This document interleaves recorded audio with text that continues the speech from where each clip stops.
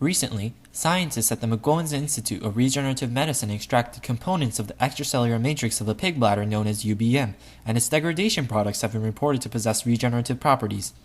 But the problem using UBM as a regenerative treatment is that its mechanisms are poorly understood. Scientists are still investigating how the UBM signals the body to allow the cells to regrow entire body parts, and this project's goal was to investigate the mechanisms on how UBM affects the cells through the use of an in vitro model. The project was based on a hypothesized theory set up by scientists that are believed to occur when this UBM is applied. They believe that when the UBM signals the bone marrow stem cells, they migrate towards the UBM and divide and differentiate into required cell types accordingly.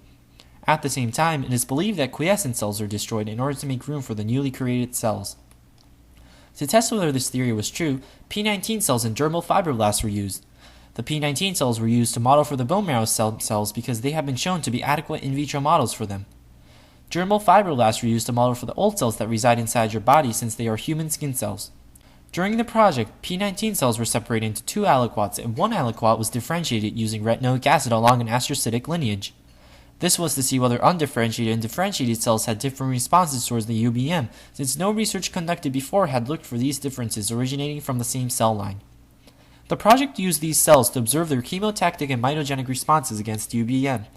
After experimentation, it was observed that chemotaxis had increased in undifferentiated differentiated P19 cells, while almost no chemotaxis was seen in fibroblasts. Viability results show that all three cell lines have proliferated under the presence of UBM.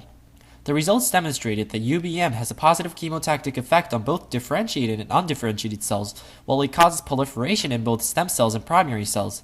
Though these results are not sufficient to explain the mechanism on how UBM causes regeneration inside the body as a whole, it will hopefully lead us to understand this promising extract, which could essentially redefine medicine.